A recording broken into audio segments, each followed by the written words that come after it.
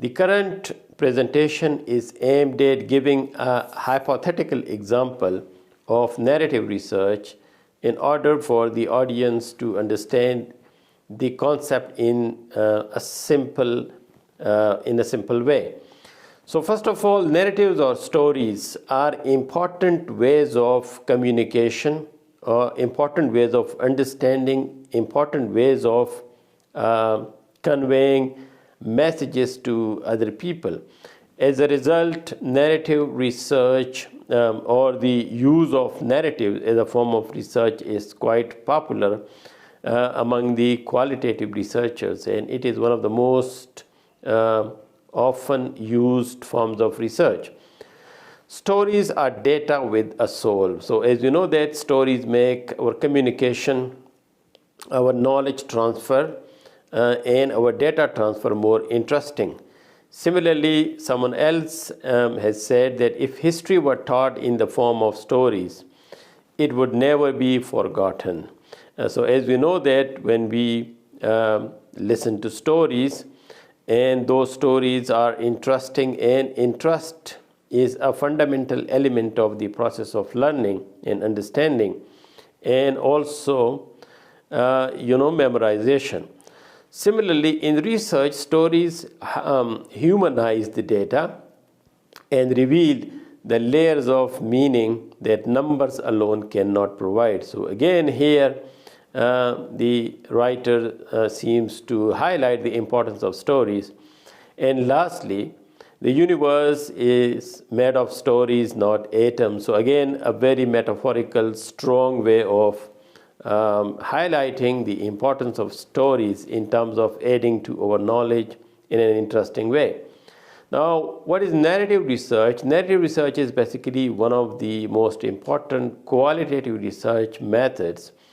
The focus of narrative research is basically on exploring and understanding individuals or people's experiences through the stories that they tell us, or through the stories that we as researchers want them to tell us about themselves.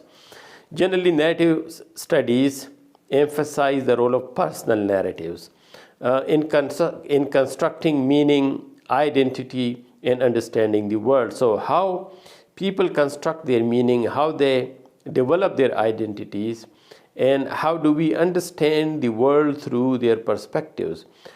So researchers generally analyze the stories or the narratives that research participants tell them, and through this analysis of the stories or the narratives, that they uncover certain patterns and themes and insights into the lives and personalities of the individuals in their social and economic contexts. Now, here is a hypothetical example of a narrative research. So let's say the topic is exploring the stories of rural female teachers in Pakistan. I'm giving this example from Pakistan because I'm based in Pakistan.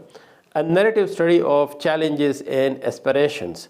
So as we know that female teachers, especially in a developing society, in rural areas might face several challenges when they are going out for their professional responsibilities.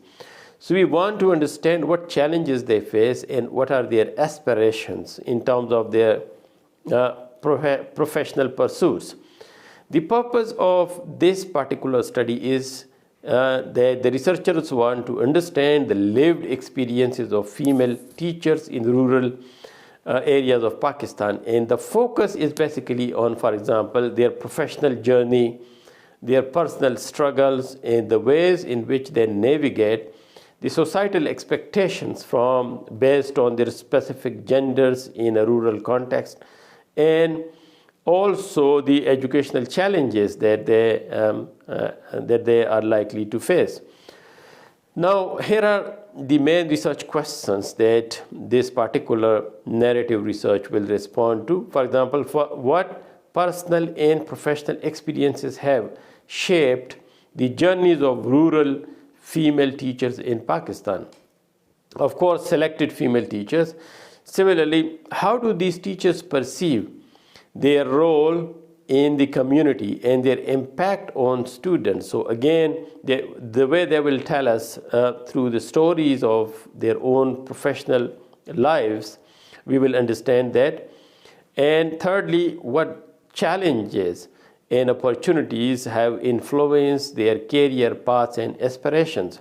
So in what ways the challenges that they face and the opportunities that they might have actually shaped or influenced their career paths and aspirations. So these are important questions that we want to understand and to find answers to through the perspectives of our participants. Now the methodology is quite obviously in this case is research design is qualitative narrative research, and the aim of this type of research is basically to capture the personal stories of female teachers in this case, with an emphasis on exploring their experiences and how they make sense of those experiences over a period of time. Now the participants could be any number of participants, but here, for example, in this case, we have taken 10 to 12 female teachers working in rural schools, selected through purposeful sampling. And purposeful sampling, as we know that the researchers are interested in particular type of data-rich sources, in this case these females, who will be able to respond to the questions which are in response to our research questions. Inclusion criteria, so in what ways we have included these females. So these are teachers with a minimum of, for example, 5 years of experience and diverse socioeconomic backgrounds. Both are important characteristics. So, for example, we want to see how do they make sense of their professional experiences and their roles over a period of time. That's why we have taken teachers who have at least 5 years of experience. And also we are interested in knowing how these experiences might vary in terms of the variation in the socioeconomic backgrounds of these teachers.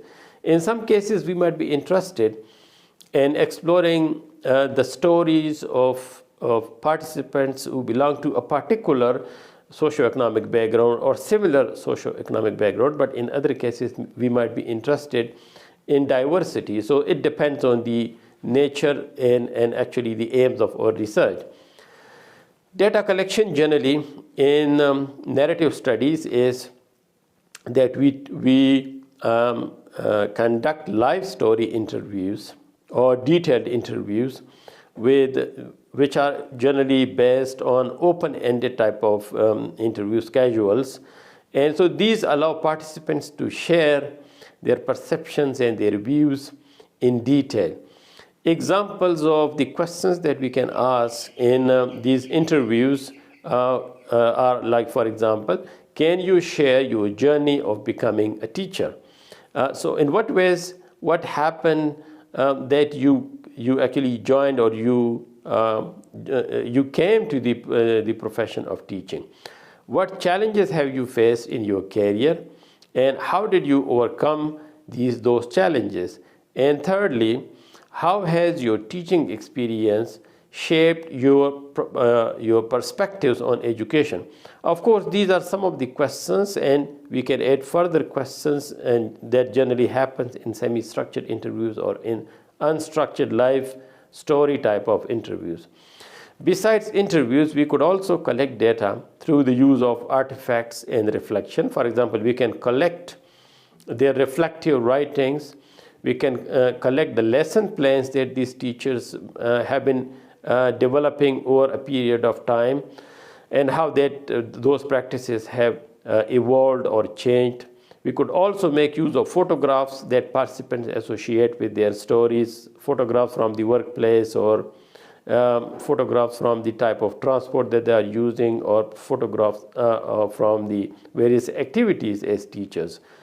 Similarly, we could also triangulate our data by making use of observations. So contextual observations, where we observe these participants, these teachers, in their teaching environments, that is in their schools, in their classes, to understand their daily life experiences and interactions. So these are various ways in which we can collect data for our narrative research. Data analysis generally, because in narrative studies we have generally qualitative textual data. So the first thing that generally we need to know is to organize individual stories into chronological sequences, so that to bring in some sequence in their stories, and we can highlight while we are rewriting or restructuring their stories, we can highlight turning points in the lives of these teachers, and we can also highlight critical events or important events in their professional or personal lives. Then we can make use of thematic analysis, that is actually to identify common themes or common meanings, such as their resilience in front of challenges and odds, the societal expectations from them as female teachers in rural areas, so what the society expects them, how to behave themselves, how to deal with their professional and domestic responsibilities, for example. And similarly, there could be themes related to their professional growth across narratives. Restorying basically means that the researchers then rewrite their stories in line with and bring those stories in a coherent and engaging format, so that the readers can understand the context in an interesting way. But restorying should not happen at the cost of the authenticity of the meaning or the voice of the participant. So that is why there is need that while you are restorying or re-narrating their stories in an academic way, you need to preserve their voice and the authenticity of the data and the findings. And lastly, we also need to take care of ethical considerations in narrative research, like other forms of research. So we need to ensure that the participation of the participants is voluntary, and we have got the informed consent. And lastly, we need to maintain confidentiality, and we need to give participants the opportunity to review and approve their stories. So in many cases, personal stories that include incidents and that include information from personal lives are quite important in terms of keeping the participants protected in terms of data privacy. So we need to make sure that we have maintained confidentiality. We need to ensure that we actually represent the viewpoints of the participants, and that is why we need to give opportunities for review, which is also called participant review, so that we come up with the authentic stories and the authentic information and authentic knowledge related to the lives of the professional or personal or academic lives of our participants.